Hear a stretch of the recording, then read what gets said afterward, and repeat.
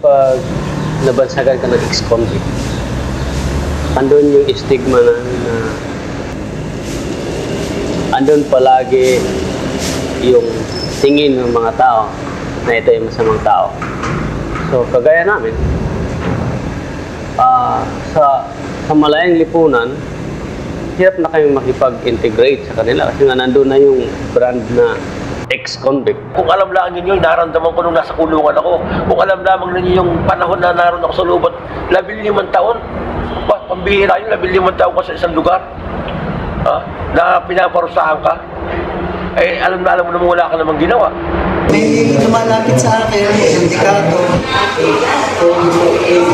Sabi nila, sana'y nagawa ko sa bilangguan. Pinagawa ko ng shabu, nakikita. Pero hindi ko yun kinuha, hindi ko yun tinanggap. Sapagkat yung naranasan ko dito sa Muntinlupa, ayoko na muling maranasan. Yung naging karanasan ko, medyo may kahirapan din tungkol sa wala kang dalaw, walang bumibisita sa iyo, wala kang kamag-anak dito sa Maynila kasi taga Mindanao kami. Yun ang medyo mabigat. At saka parang nangulila ka sa mga kapamilya mo. Yung panganay ko ang siyang dumadaan dito at saka yung dalawang kapatid na siya nagpapakahirap para pupunta lang dito at dalhan ako ng anumang gamit para sa pangangailangan ko. Pag pupunta po nga nila dito, hindi nila maiwasang mapayak dahil sa nakikita nilang paghihirap namin dito sa loob ng kulungan.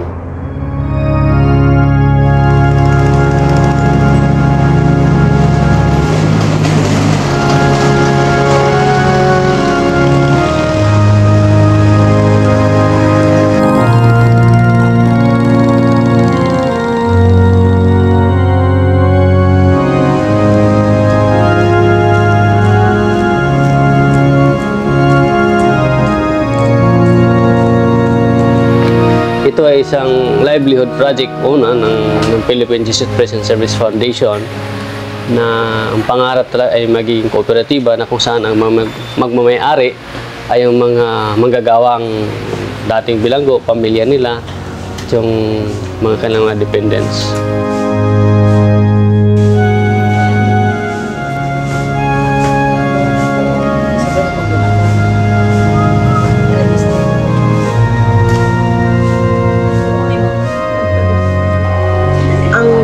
PJPS kasi ay nasa ilalim ng Kapisanan ni Jesus. At ang Kapisanan ni Jesus ay isang samahan ng mga kaparian at mga brothers. Ang nagtayo ng Kapisanan ni Jesus ay si San Ignacio. Tumutugon siya sa kung ano yung pangangailangan ng sitwasyon. Tutugon kami sa mga pangangailangan ng bilanggo. Nasa formation kami, spirituality, and guidance. Andun kami. Yung PJPS patuloy kami nagdadala ng mga tao actually. Marami kami mga immersion na dinadala rito. Hoping na itong mga estudyante na to, mga taong ito, mga ahensyang ito, na sa pagpasok nila makikita lang yung sitwasyon ng lugar at from there gagawa sila ng paraan.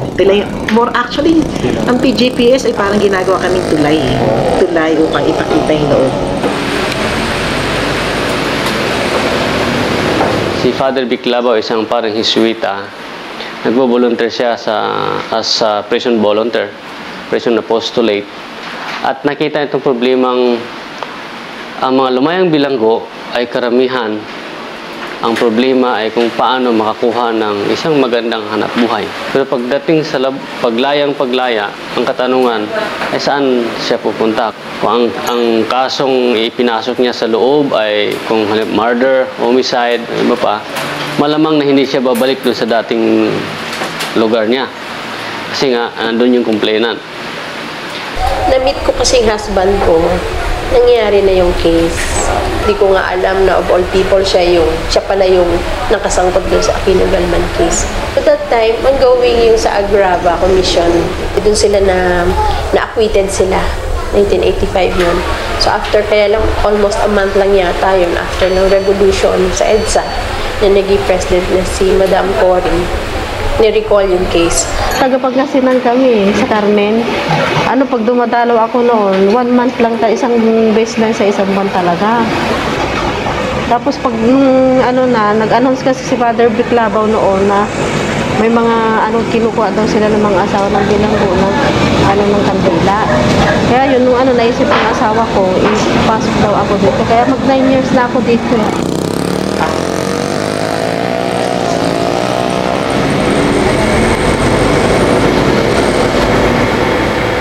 Yung moldehan namin, 50 lang to ngayon.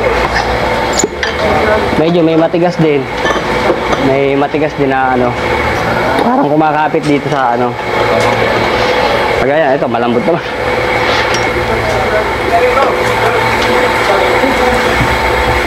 Ito yung inmate po. Isa siya? Mga 30 siya dyan. Yung mga karanasan na pagdalaw, mahirap.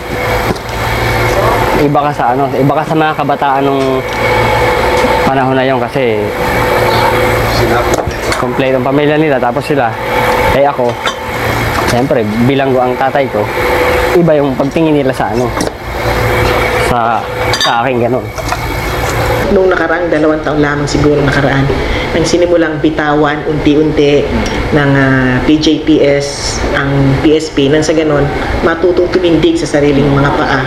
Right now, in terms of running the PSP administration, lahat nasa kanila na. May komplikasyon kami sa mga komitiya. Si Bert, nakasalukuyang siyang ang storekeeper namin, bookkeeper. At the same time, nasa credit. Hindi pwedeng dual lang function. Isa lang.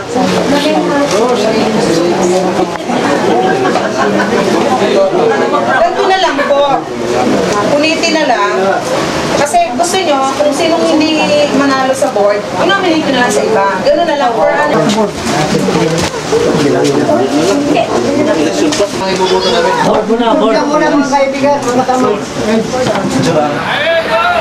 Malamig dyan, malamig, mineral, malamig.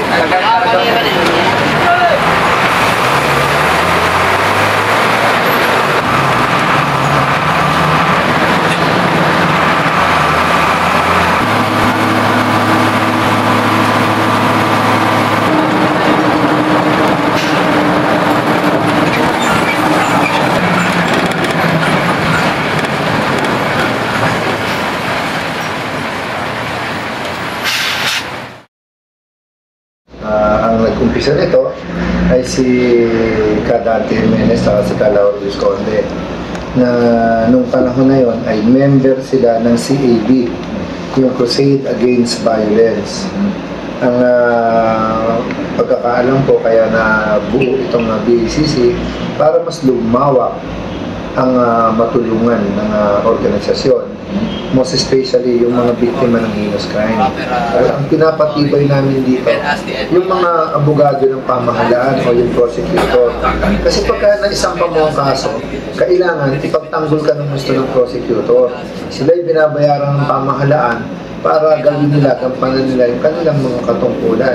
Basta't naging ginawa ka ng BACC ang kaso mo, yung hearing, may kasama kang taga-BACC para magkaroon ka ng lakas ng loob at hindi ka matakot sa mga dinadimanda mo.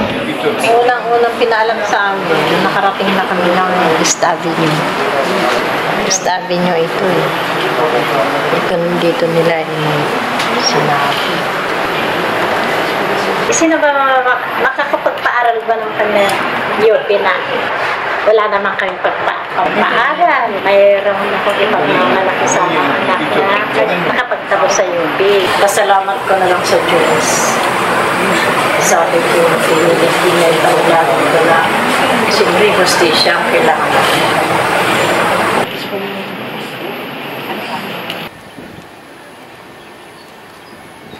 Kapag graduate yata, may isa-summer pa siya. Basta kasama siya sa graduation. Yun ang alam ko, kaya gusto niya mag-summer sa Baguio. Ang dami niyang pangarap.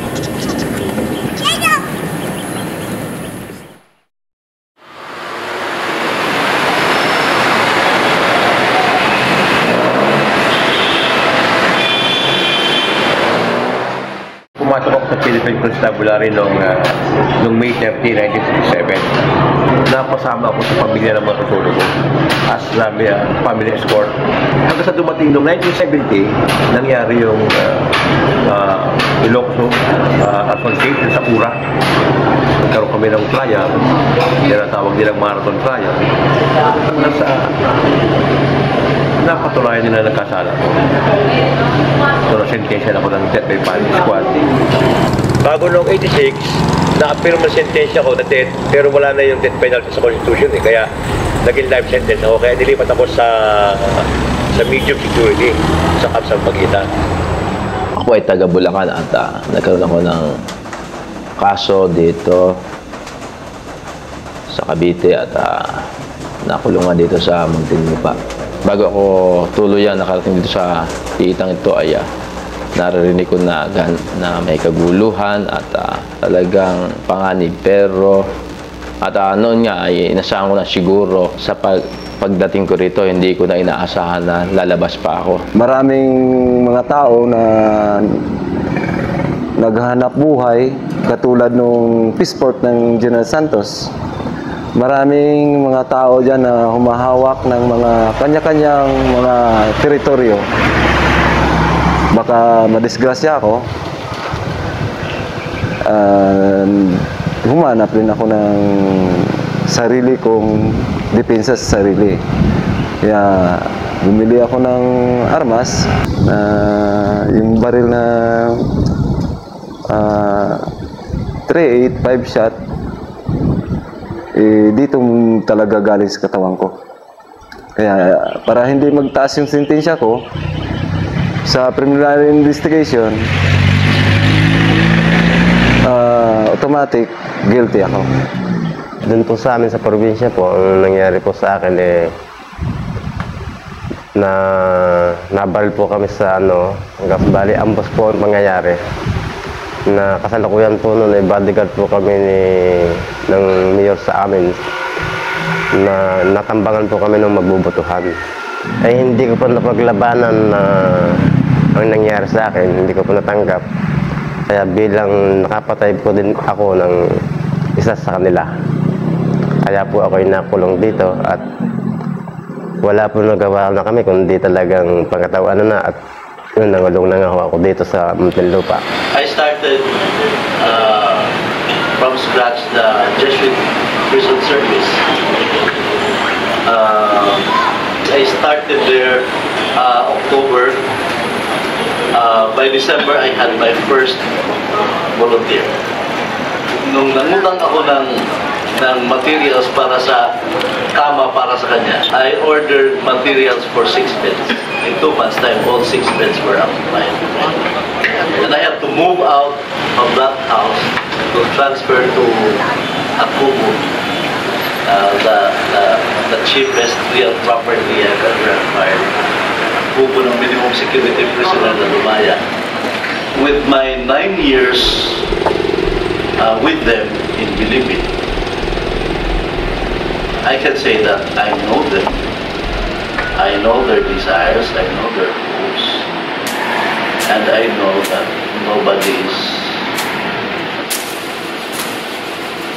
nobody should go hopeless, but many are hopeless, simply because there are no opportunities for them.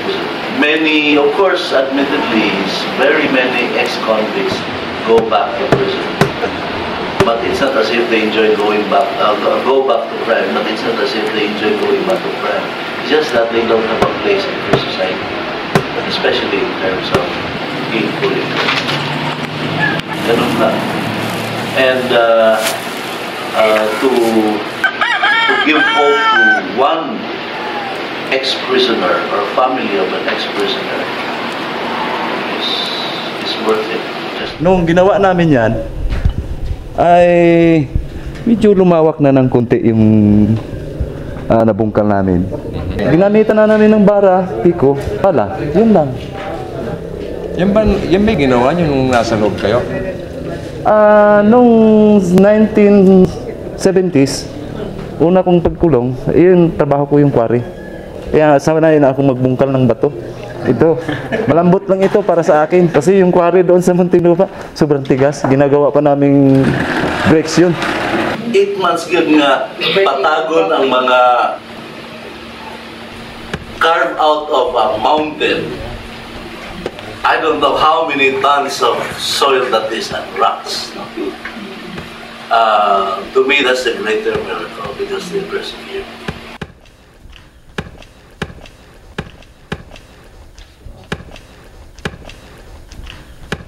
Ang mag-bless sa facility sa Sabado si Father Jojo Anore. He's the new chaplain of our jails here.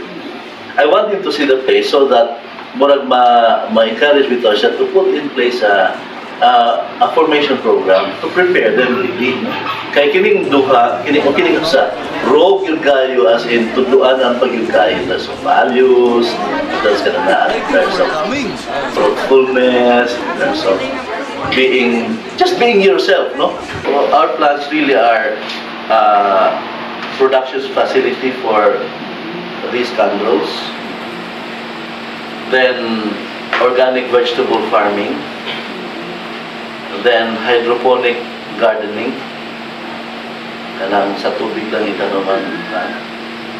And because of our need for gas for the production of candles, we will put up a small hog raising project just to produce enough biogas.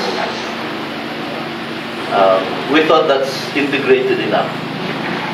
And yeah, something that ex-prisoners can do. At the same time, we are thinking of allowing the farmers in the locality to learn with us.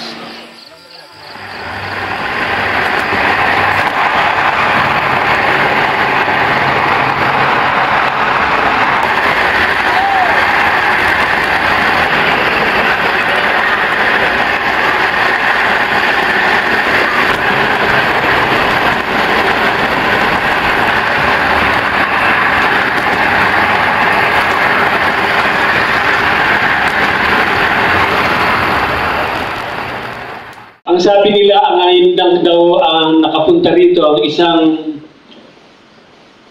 justice ng Supreme Court. Ito ay malaki ring kaalaman para sa akin sapagkat hindi ko alam kung ano yung mga dinidesisyonan kong mga tao at hindi ko alam kung nasaan sila. Nasisyan ako na ako'y naparito sapagkat nakita kong may kasayaan din naman pala dito sa loob ng National Bilibid Prison. At higit sa lahat, nasisiyahan ako na marami palang volunteer dito. I would like to commend them for their patriotism and for their humanitarian spirit. Naririto sila at nakikisama. At kanilang ibinibigay ang kanilang sarili at binubudbud ang kanilang kaalaman para ang lahat ay magkapag-asa. Ito pong National Correctional Consciousness Week, nagsimula po ito sa tinatawag nating Prison Awareness Week. At dahil sa nakita ni Monsignor Espiridio nung mga panahon na yun, mga maraming taon na nakararaan, ang kahalagahan ng pagbibigay ng ilang panahon, isang araw o isang linggo, upang sa ganun maipakita naman sa malayang lipunan na ang mga bilanggo ay mga tao rin at kinakailangan din na may karapatang magbago, may karapatang mabisita, may karapatang mabuhay bilang isang tao. I have sent many of these people here. Many na sa tingin ko talagang sabi ng ebidensya, guilty. But my job does not stop there, di ba? Ang motto nga ng Office of the Solicitor General is integrity in advocacy, social justice through advocacy. And it's that social justice part that brings me here. Kasi hindi ko pwedeng kinunbik, pinreso, tapos kalimutan na. Because these people will eventually come out, di ba? And if we do not prepare them, we do not reform them, they will go back to a life of crime or the temptation is so great. Kung papasok ka ngayon sa loob ng bilangguan, lalo-lalo sa New Bilibid Prison, hindi mo mapapansin na isa kang bilanggo. Sapagkat ang loob ng New Bilibid Prison ay parang siyang isang pamayanan I mean, yung mga bilanggo nakalakad ng ayos, hindi sila nakakulong sa kanilang selda. Mula alas 6 hanggang alas 5 ng hapon, pinubuksan ang kanilang selda at nakakalibot sila sa loob ng tinatawag nating compound. At doon sa loob ng compound na yun, naghahalo na mga bisita, mga volunteers, at ang mga bilanggo. At hinayaan na rin ng gobyerno ang mga ginagawa ng simbahan katulad ng mga formation, mga pagsamba sa mga kanya-kanyang reliyon. Nakita na ng simbahan na yung integrative na tinatawag natin, integrative approach. Ang bilanggo ay may karapatan pa rin sumamba, may karapatan pa rin maghanap buhay kahit sila ay bilanggo na. Bagkus maraming mga bilanggo dyan ang pagpapadala ng pera para sa kanilang pagpapaaral ng kanilang pamilya. Dahil nagtatrabaho sila sa loob, dahil mayroong cooperativa riyan. Alam mo dito sa bilangguan, kapag ang isang bilanggo kasipag, kaya pa rin yung paaralin ng kanya. Ang pinakamalaking contribution ng gobyerno sa atin dito, yung pinayagan nilang magkaroon ng non-formal, elementary, high school at college sa loob ng bilangguan. Kung kaya kung ikaw isang bilanggo at bata ka pa, maaari kang makapagtapos ng kurso. Ako po si Rexy Morales. Ako ang Chief na Education Section dito sa New Living Prisons. Ako ay nagtatrabaho rito sa loob ng 23 taon. Ako ang namamahala sa 5 education units namin. Ang college, high school, elementary, vocational at saka non-formal. Sa pamamagitan ng edukasyon na itutuloy namin pananaw ng mga bilanggo, natuturuan namin silang bumasa at saka sumulat kasi karamihan sa mga pumapasok dito ay hindi nakakabasa at hindi nakakasulat. Sabi nga ng iba sa kanila ay hindi pa po kami nakulong mami, hindi kami matututong bumasa at sumulat. At kung hindi pa po kami nakulong, hindi po kami nakakapag-aral. Ito basically ang naitutulong na educational program. Magkaroon ng pag-asa, maging maganda ang tingin sa sarili, irespeto sarili, irespeto ang ibang tao. Pangalawa na rito, siguro yung skills na natutunan nila dito. For example, yung sa vocational courses, yung mga nakatapos dyan, pwede nilang magamit dyan sa paghahanap ng trabaho. No? Yung mga natutunan nila. Sa college, yung mga kahit hindi nakatapos ng college, pag lumalaya sila, nakakapagtrabaho sila, nakakatawa ang security guard ang kanilang usually ang pinapasukan. Tapos yung iba naman, nagpapatuloy na pag-aaral.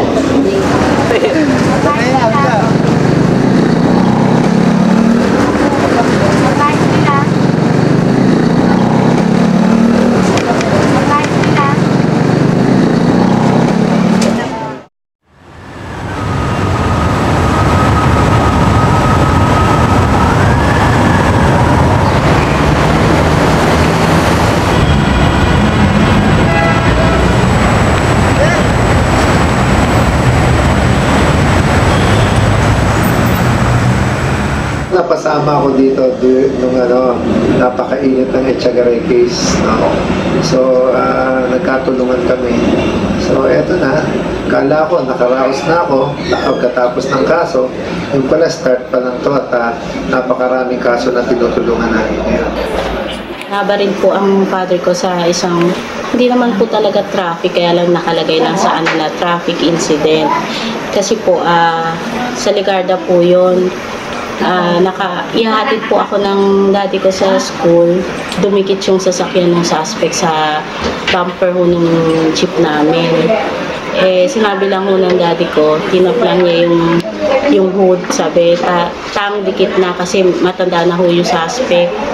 Tapos pagkasabi ho ng daddy kong gano'n, bigla na ho niyang bumaba siya ng jeep at minura daddy ko, tapos tinutukan, sabay yung tutok niya ng baril. Tumatakbo ho ako para humingi ng tulong agad. Alam ko yung gagawin ko.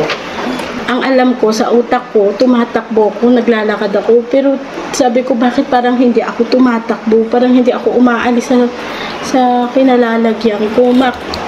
Nung makita-kita ko, nakatayo lang pala ako, wala naging na yung buong katawan ko, parang naging stagnant, wala akong pakiramdam, hindi ko alam kung ano yung, basta hindi ko na nakita yung mga tao, ang nakikita ko lang yung itsura niya nung namatay siya. Tsaka tuwing tuwing magpunta ho kami sa daddy ko, hindi hindi pwedeng. Hanggat maaari, ayaw namin magtinghinan pagkat nakikita namin yung, at yung, ano niya, yung libingan niya. Kasi very, very, very close po kami. Sa totoo lang po, walang problema po ang family namin. Masaya po kami.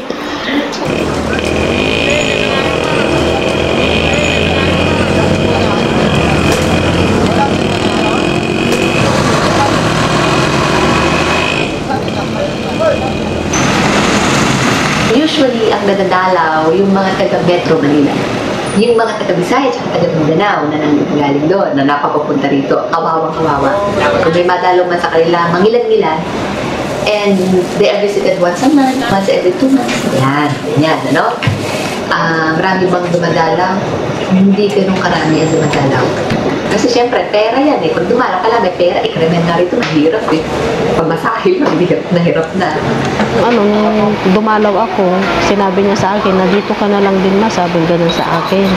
Siyang nag-suporta talaga sa amin dahil siya talaga, siya masipag. Hindi nahiya, magpaglabada, yung mga ano. Tapos siyang naglilinis ng mga CR, ganyan. Tagabigay ko ng pagkain, kukuha sa sa kitchen. Tapos dadalhin niya sa mga kasama niya doon na na inmate sa brigada na yon. Yung mga ganun na may sweldo rin siya. Binibigyan siya ng 2 pesos bawat isa sa kanila, ganun. Torture yan sa amin yung sa mahal sa buhay. Na mabalitaan mo na yung asawa mo ay sumakabilang bahay.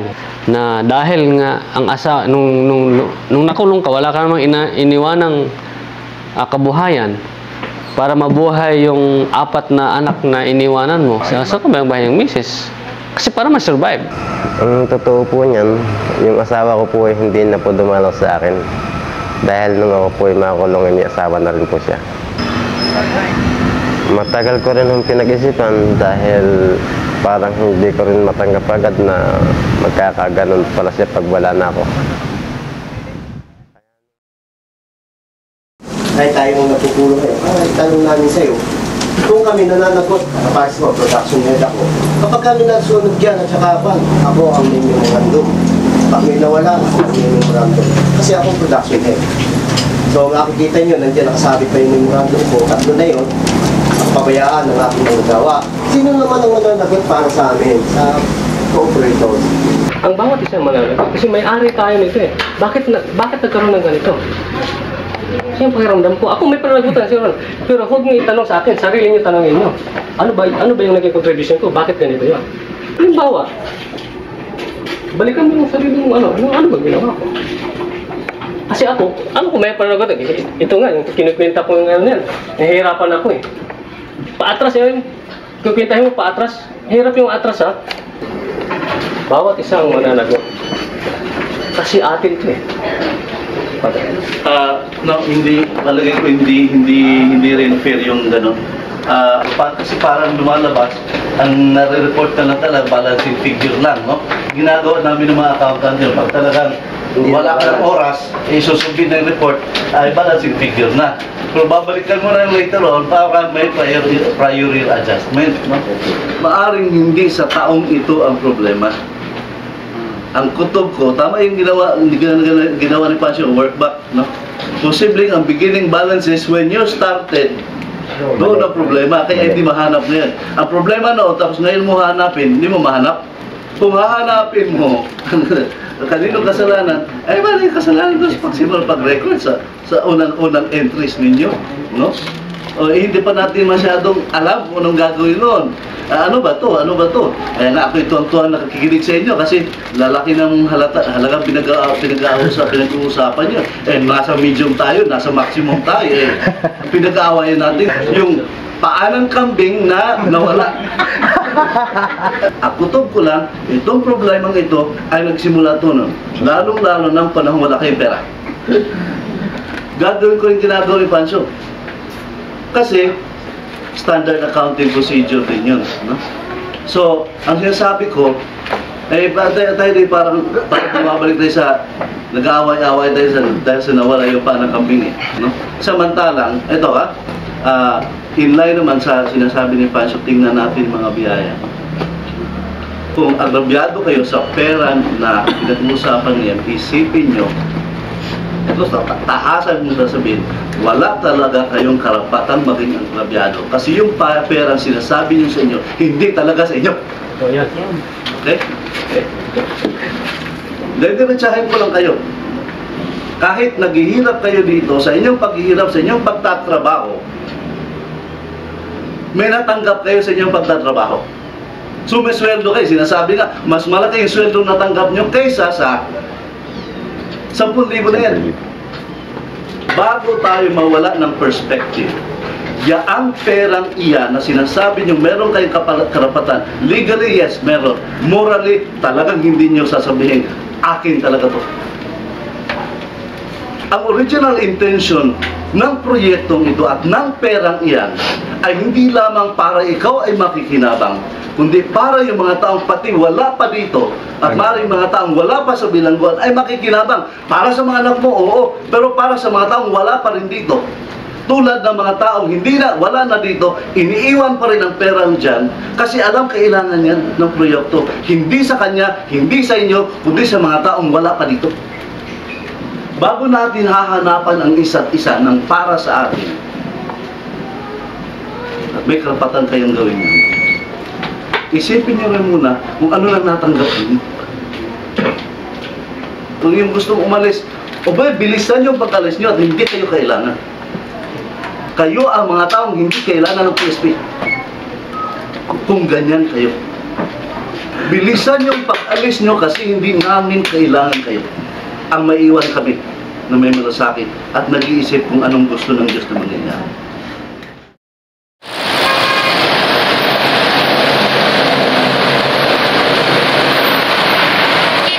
Gusto ko lang pong ipahayag sa inyo at manawagan kay Presidente Gloria Macapagal Arroyo na sana po ay huwag i-abolish ang death penalty law.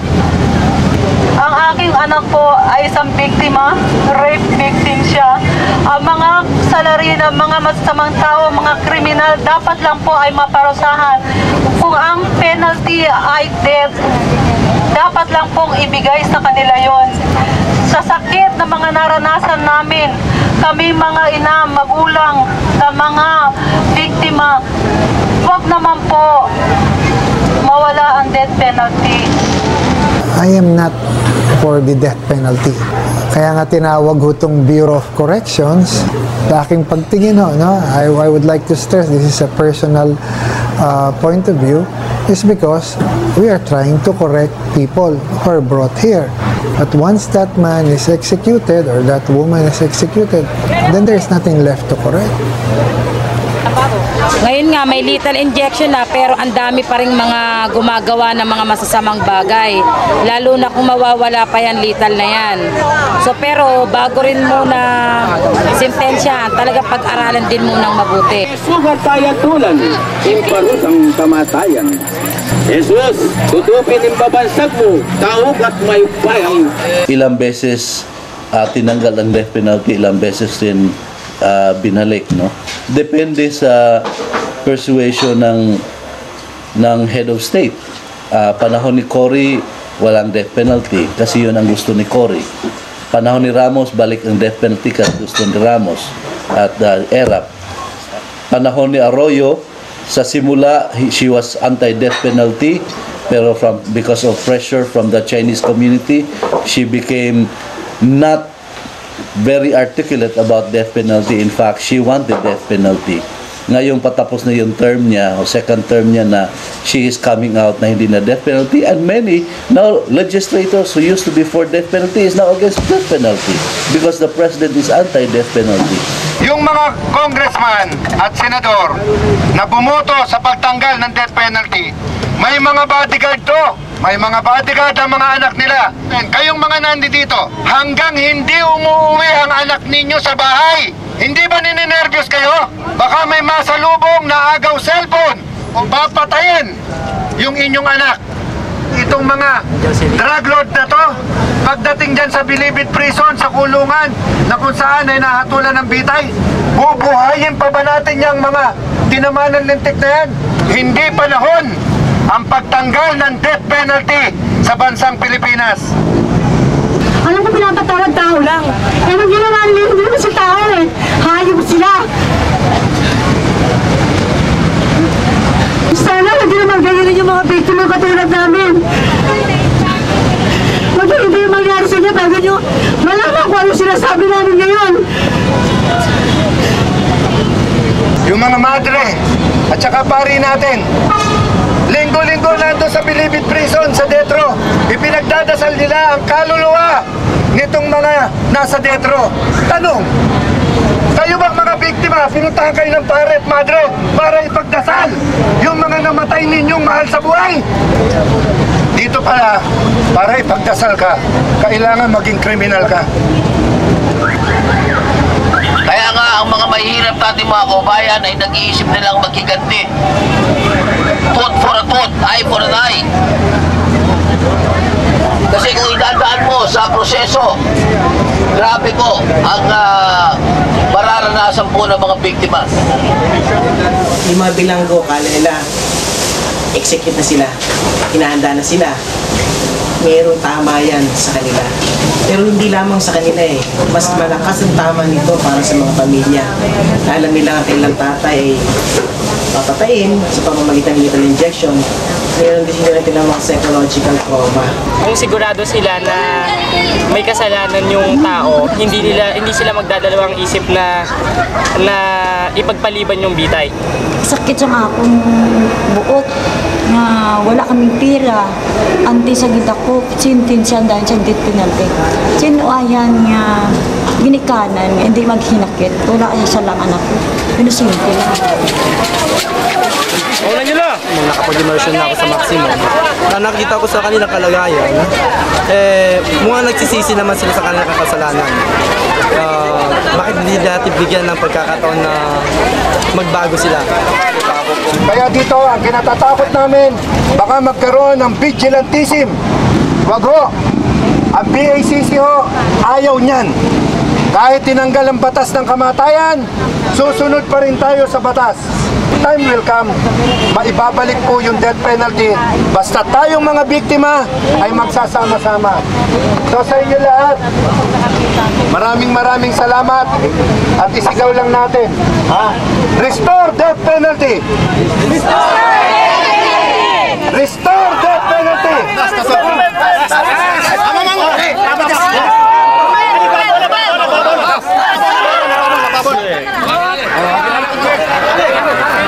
Sunod na! Tatangin niya rap! Tatangin niya rap! Tatangin niya rap! May!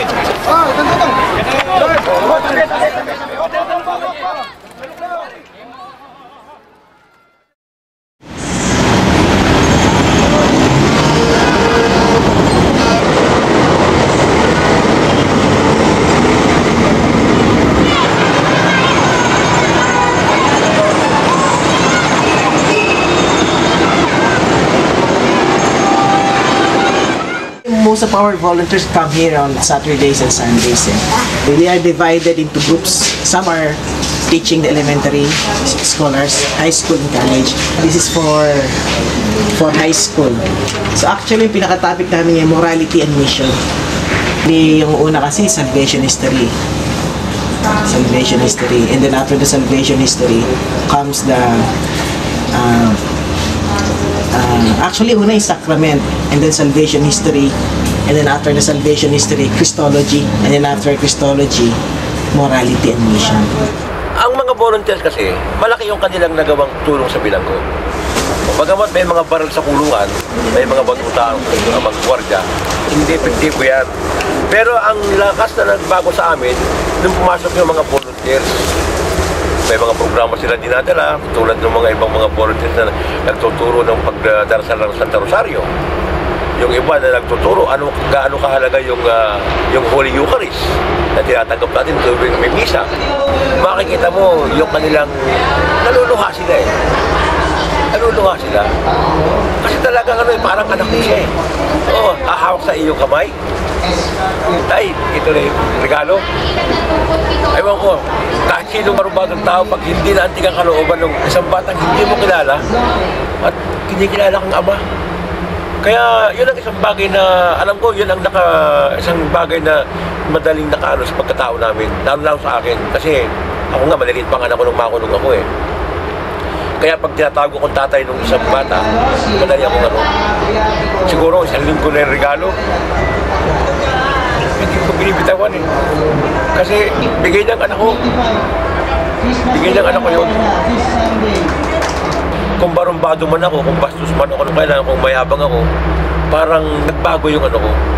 Nahihiya ako. Ano doon nun, yung kanilang pinapaliwanag sa akin, hindi ko iniintindi yun eh. Kasi nagkasawa na lang ako ng brigada namin eh. Pero sa utay-utay kong pakikinig yung sinasabi nila, parang nahuhubog yung pagkatao ko. Nababago yung katanaw ko. Nawawala na yung pagkabastos ko, yung pagkabarumbado ko. Nagiging tao ako. Marami silang experience na na-encounter. Lalo-lalo yung stepson ko, yung panganay na madalas napapaaway sa eskwelahan at sinasabi na papa mo, pinatay si Ninoy, mamamatay tao, ganyan. So, i-deny niya. Tapos, sinungaling ka. Ayun, Jerry, basahin mo. Tagalog pa yan. Hindi naman English yan. May intindihan mo. Sabi ganun. Kaya dito sa panganay ko, ingat na ingat siya nun na ipaalam sa mga kaibigan at kaklase na ang tatay niya ay nasa loob. After my graduation in high school, dinala yung papa ko dito sa Montevideo. Nagkahiwa-hiwalay kami magkakapatid. Kasi po yung mama ko, nag-apply siya para mag-abroad. Ako tsaka ate ko, iniwan ako lang dun sa kapatid ng mama ko. Dun ko na ipagpatuloy yung family, yung ganun. Naramdam ko yung meron pa rin akong family. Iba ang feeling na pag sila napansaga na anak ng kriminal o anak ng bilanggo. Hindi man nila kasalanan yun. Pwede pagkakamali ng tatay nila. Minsan, pagdating sa mga school, hindi natin alam kung paano sila nag-react sa mga klase nila. Especially sa teacher nila na paano sila papakilala tatay nito bilanggo. Hindi ako lumalabas, nasa bahay lang ako, iniisip ko kung ano mangyayari. Siguro parang iniisip ko wala nang pag-asa. Kung ano yung inabot nila, baka gano'n din yung aabutin ko. Dapat lang lagi kang nandyan sa kanila. Pag meron silang tanong, lagi kang nandyan na sumasagot sa kanila. Pero yung batay sa naging karanasan ko na ang isang bata, pag nakakulong ang tatay niya, okay lang sa kanila na dumalaw sila ng dumalaw up to a certain age. Hindi pare-pareho kasi yung edad. Pag nadating na nila yung certain age na medyo magiging mailap na sila, nagkakaroon na ng hindi na sila dadalaw sa tatay nila. Pag dumating na yung point na yun, hindi mo rin sila pwedeng pilitin. Dahil pag pinilit mo sila, magre-rebelde ngayon yun. Hindi ako natuloy sa sa course na sa PMI. So nag-stop talaga ako ng 1 year. The following year, sinabi ni Ate Presi na gagraduate na yung isang scholar sa sa PGPS. Then kailangan nila ng kapalit para katulong nila father. Dahil nga sa tulong ng mga ate at kuya, kahit pa paano nakaka-socialize ako. At sana, maski nag-graduate na ako sa scholarship program, nag-graduate na ng college, may sapat na parang tools para makiharap sa mga tao. Masaya ako na kumbaga I wish na itong ginawa ko ito ay ayon sa kalooban ng Diyos na dinala niya kami dito para somehow we will be able to touch the life of the children. Pero ang feeling mo, hindi kayang bayaran na masaya kami at kami kahit paano na pangiti namin itong batang ito may dalang problema.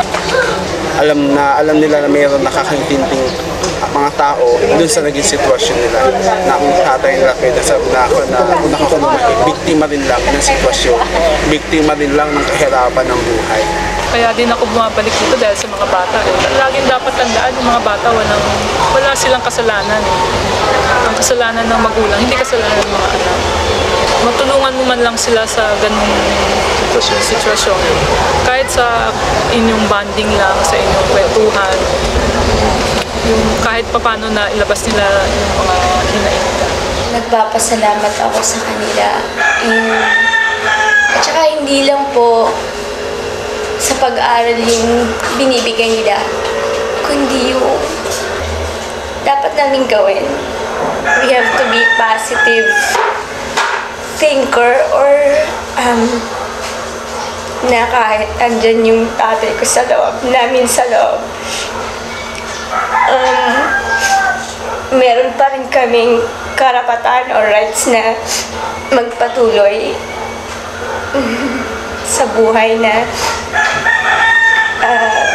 pinapakita sa amin na kasalanan yun ng tatay namin na hindi dapat namin pagdusahan kung ano man yung kasalanan ng tatay namin. Na-overwhelmed talaga ako pag natutulungan ko yung pamilya ko, yung parang yung saya ko nakukumpleto, yung dating hinahanap ko na hindi ko nagagampanan, yung tungkulin, ngayon nagagampanan ko na. So, masaya-masaya ako pag natutulungan ko sila. Kung hindi man nagampanan ng mga magulang natin yung kanilang tungkulin, kumbaga nakalanasan din sa atin yun.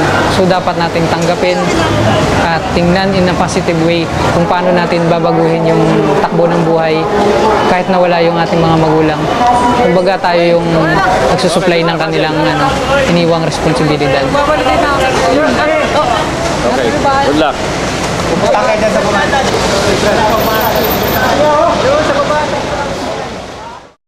A couple of ex-prisoners who were working, who were with the PSP Cooperative, the candle production project we have there, came to Cebu to sell their candles in a convention, a PMAP convention. And they brought something like 40,000 pesos worth of candles, and they sold only 10,000. So we ended up with so much candles unsold. Tapos iuwi sana nila sa Manila, tapos naawa din naman ako. Sabi ko, iwanan nyo na ako na magbenta.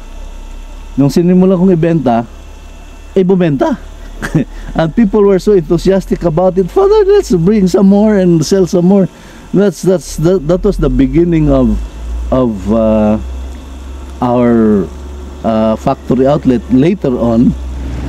But at the start, we were getting candles from Manila, and I had my secretary take care of the selling. It turned out that much of what my secretary was doing was selling candles. So I put her in charge of the store. Then may mga dumarating na mga ex-prisoner, nire-refer, kailangang tulong, etc. etc. So you become more conscious of the continued need of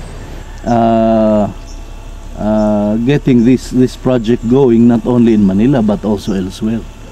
4 kaming galing sa sa NBP, 3 yung galing sa maximum at 1 yung galing sa medium. Yung iba naman dito ay galing dito sa BBRC, dito mismo sa Cebu, yung mga DL Cebu. Ang iba dito ay hindi naman mga bilanggo pero nakikipi sa amin. Napunta ko dito sa Cebu kasi nung May 2004 namatay yung anak ko. Yung apo ko, 4 yung buhay. Dadalhin ko yung 2, kaya lang isa lang nadala ko kasi mahirap sa biyahe yung isa. Kailangan ko ngayon yung pamasahe. Inisip ko, pupunta ko Muntinlupa kasi kami naman pioneer doon sa Kandilaan. Nabalitaan ko naman na may co-op. Hingi ako ng tulong doon. Sabi nila, mayroong extension tayo sa Cebu. Kung gusto mo, tawagan mo ito si Father Vic. Pagdating ko sa amin, tinawagan ko si Father Vic. Sabi ni Father Vic, sige, punta ka dito. Total, masaligan ka naman. Kaya lang, wala pa tayong maliwanag na hanap buhay dito. O kita. Ganyan, nag-uumpisa pa tayo. Yung lahat ng kilos dito, sinusubaybayan ko. At kasi, una na, ako yung in charge ng formation ng grupo. Meron kaming bell, para magising kami lahat, 5 o'clock sa umaga, para makapaghanda kami, makapaglinis ng kasarili. Then at 5:30, nag-uumpisa yung aming morning praise. Then immediately after the morning praise, yung assignment namin, nire-recall namin kung ano yung mga next assignment, kung may pagbabago. Habang nag-iintay kami ng almusal, daro kami sa mga area namin, nagtitingin-tingin doon sa Pagkatapos ng almusal, ayun na, punta na kami sa trabaho, talagang may trabaho na yun. Nagkanan man, ay nalagpili kanon na sa Bunsalo. During the inauguration, the blessing of the factory outlet, I was telling them it's a livelihood project for ex-prisoners, and the candles are made in Manila. And in a way, I was thinking aloud that it would be nice to have a production facility here in Cebu, also for, especially for Cebuano ex-prisoners. One of the people who was there came up to me later on and said, "Father, you have your wish. I have 10,600 square meters for you." I thought it was just one of those promises that would not be fulfilled, but that same week we signed the papers. Nagpadala rito ang city government ng technician. So bali yun ang nagsiseminar sa amin. Para kung sakasakali man gusto mo nang umalis, marami ka ng kaalaman na natututunan na pwede mong gamitin sa paggawa mo ng sarili mong buhay. Pagtira mo rito kahit anong buwan lang, kailangan may matututunan ka. Lahat kami nakakakuha dito ng kaalaman. Para kung sakaling dumating yung pagkakataong, halimbawa, tawagin na kami sa pamilya namin na kailangan naroon na kami, pwede kong magamit yung mga natutuhan ko dito, pwede kong magamit yan. Pero sa ngayon, wala kaming iniisip na magsisi-uwi. Hanggang sa tinatanggap kami dito para mag-contribute ng aming kakayanan at hanggang sa kami ay nagiging maganda yung outcome ng aming pananatili dito.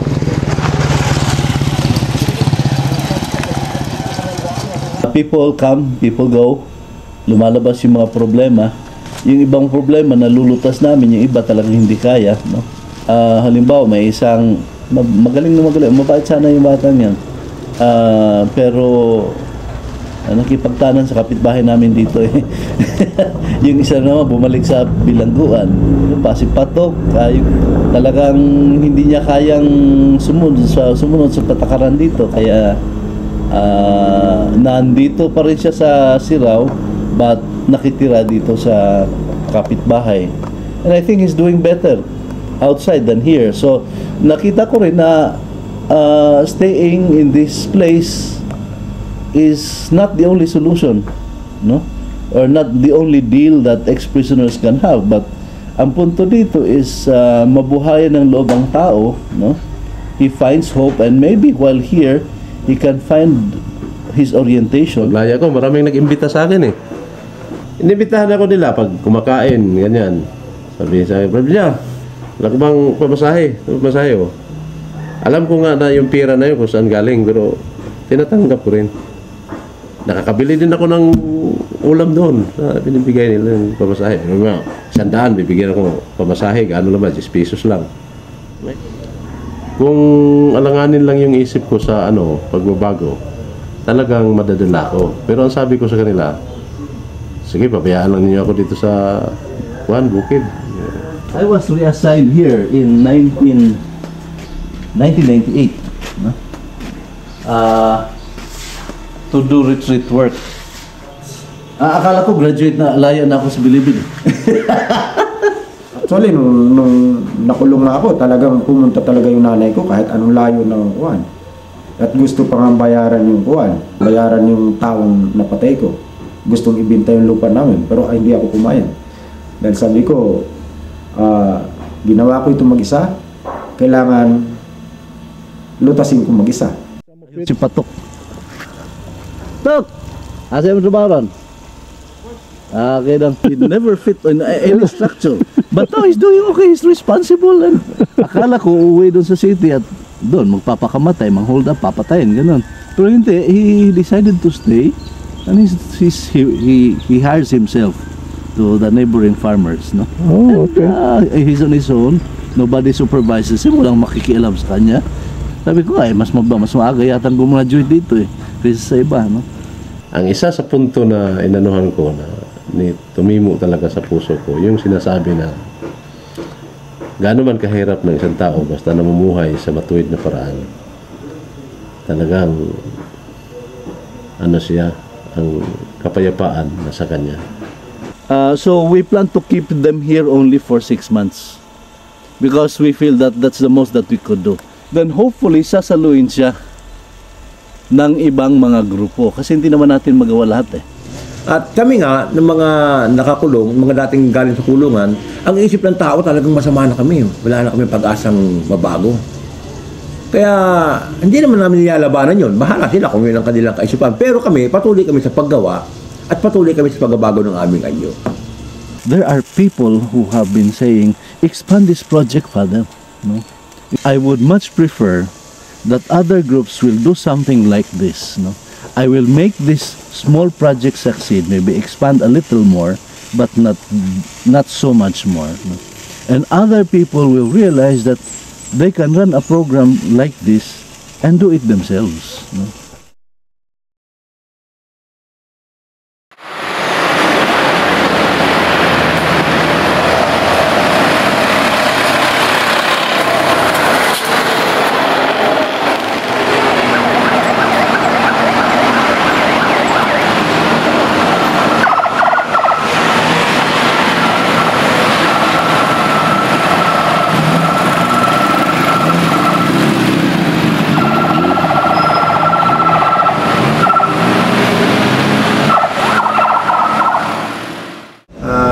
Nagpapasalamat tayo at hindi ko kayo yung nagre-resort into gante o yung vengeance na papatay din kayo kung hindi naniniwala kayo sa proseso ng batas, kahit na talagang napakabagal ng ikot ng gulong ng justisya.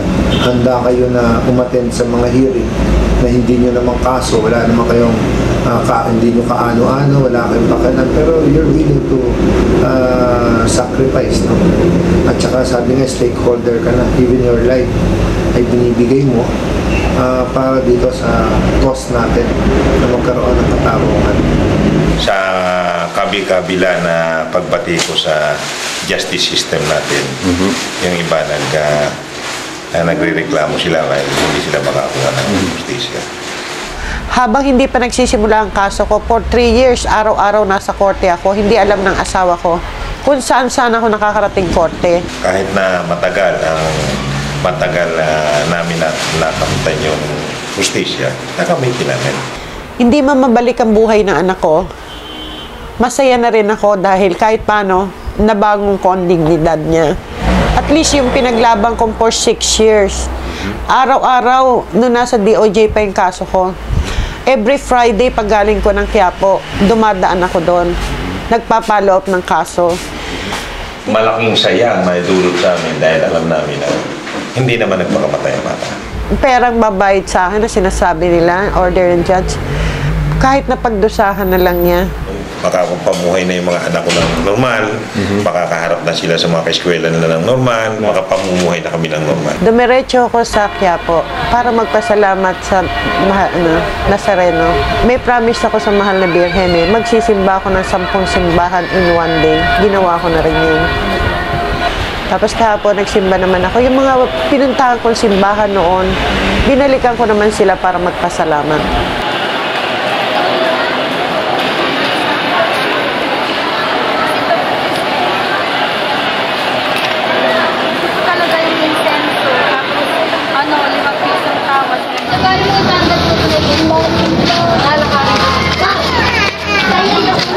Yung nga lagi sinasabi ng mga iba namin benefactors, alam mo, pag humingi kami ng assistance para sa mga street children, para sa mga unwed mothers, ang bilis na dating ng assistance. Pero pag sa bilanggo, doon sa mga tinatawag nilang kriminal, hirap na hirap kami humingi ng assistance. Sabi, minsan nakakasakit ng damdamin kasi sabi, kahit mga bilanggo, ito mga tao to. Sabi ko nga, directly, kunyari, malaki ang pondo ng military, malaki ang pondo ng police, ng mga judges, ba't kami hindi? Samantalang pagkaiyan, hindi namin naalagaan ng mabuti at pagbubalik sa community, na ganyan pa rin yan. Magkakagulo ulit na problema sa community. Dito po akong galing sa Maynila, sa City Jail ng Maynila. Nagkaroon ako ng konting kasalanan dyan na simple theft. Tagal-tagal puro sa City Jail sa Maynila. Nagkaroon naman ako ng asunto dyan na nakamatay ako dyan. Hanggang sa mabiyaya ako ng Muntinlupa noong 1955, June 3. Ang dyan o nagkasabit-sabit na ang buhay ko, 1957, nasama ako sa riot. Hanggang sa lumaki sintensya ko, lahat na riot dyan, nasama ko na.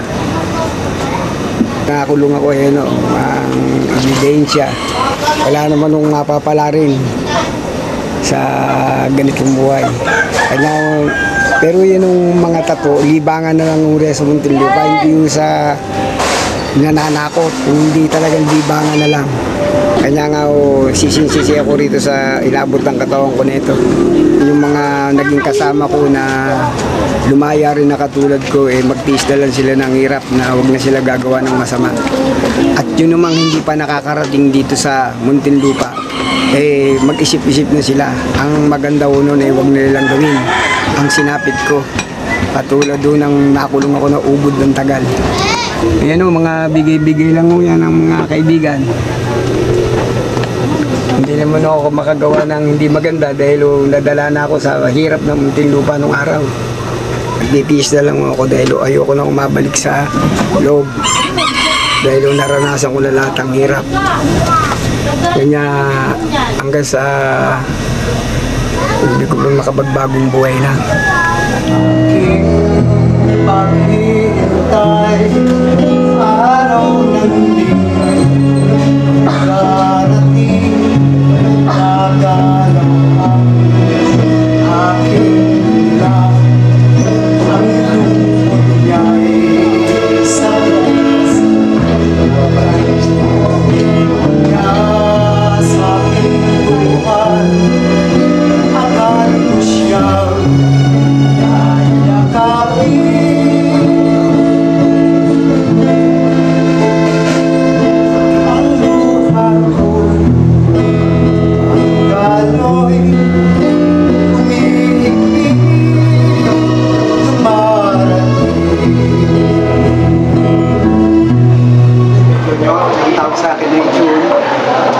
matapos ko lumaya noong January 2000, ako yung umuwi sa Calamba at doon nanirahan.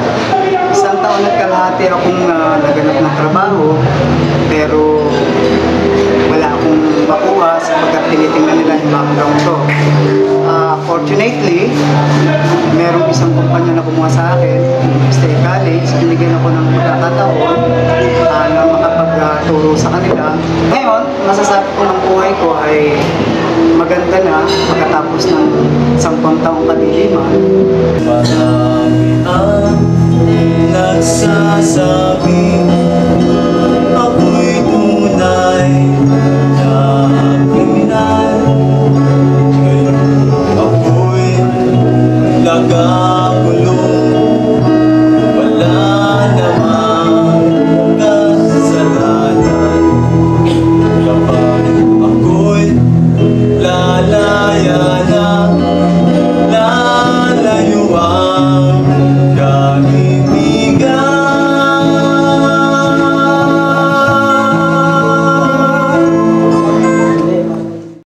Ngayon po, ang ginagawa ko, lalo higit sa mga kabataan sa aming lipunan, minsan sinasama ko sila dito sa bilangguan kasi nakikita ko yung ways nila.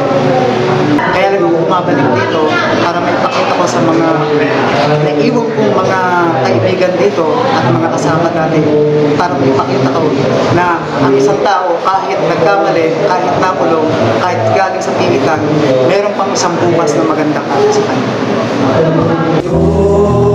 Sa pitan, yumaman ang aming diwa, mga aral, iba't alam, dito ko rin naunawa, sa hindi pang pag-aaral, ditong tunay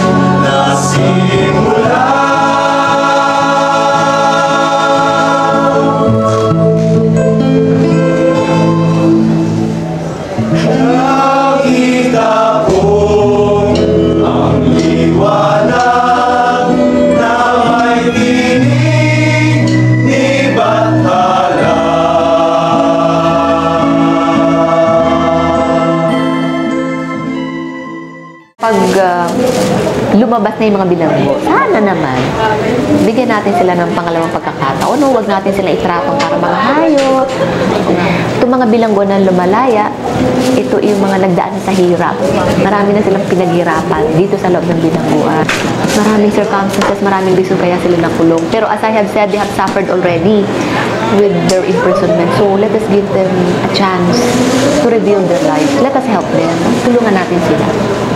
Sa ngayon ay pamilya na ako at yun ang higit isa ring matinding dahilan kung bakit kinakailangan na magsikap at sikapin na magkaroon ng maayos at marangal na hanap buhay katulad ng aming ginagawa ngayon dito sa PSP.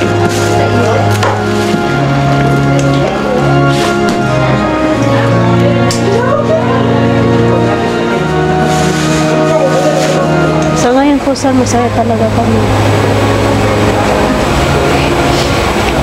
Kahit pa paano po magkakasama-sama na kami rito.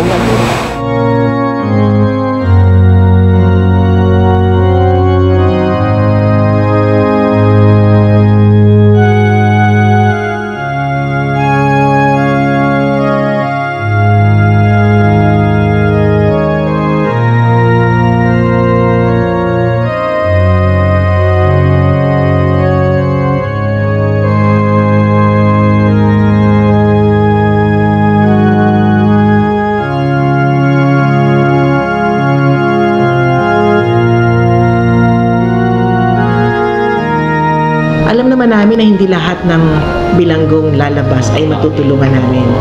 Parang ang ibig lang namin sabihin na pwedeng ang isang bilanggo ay pagkatiwalaan. Pwedeng sabihin sa kanila na sa likod ng kanilang pagkakamali, maaari silang bumangon. At ang pinapakita lang namin ay isang halimbawa ng pag-asa ngayon.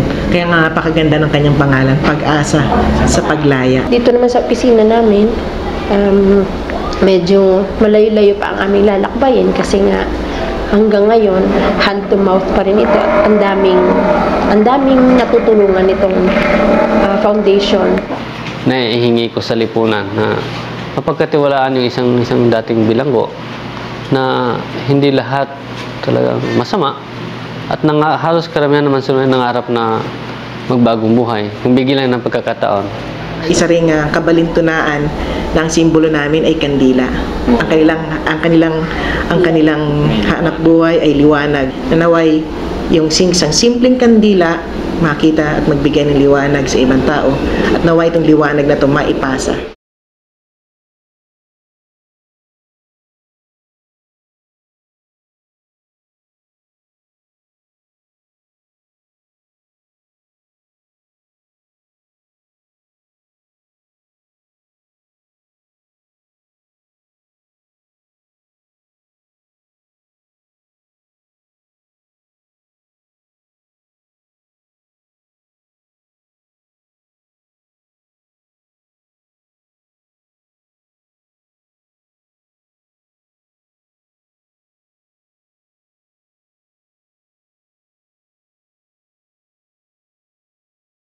Sino pang tutulong sa'yo, kundi ang katulad ko, kaibigan mo ako. Sa akin mo sabihin ang problema mo, at makiwala nang di ka mabibigo. Kasama mo ako sa hirap at ginhawa, at may karamay ka sa iyong pagdurusa. Kapag nasaktan ka ay huwag kang susuko, kahit may takot ka ay huwag kang magtago. At parang isa, kasama mo ako, tawagin mo lamang di ka mabibigo. Kaibigan kita, kaibigan.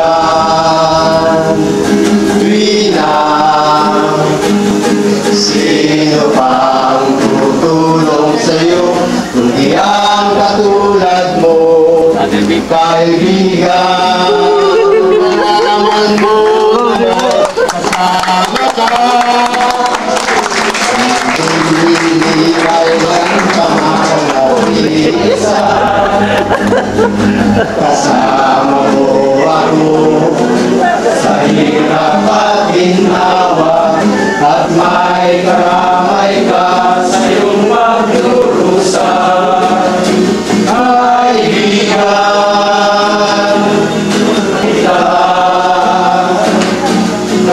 kaibigan, Biblia, sino bang tutulong sa'yo kung di ang katulad mo? Kaibigan mo ako. Sino bang tutulong sa'yo kung di ang katulad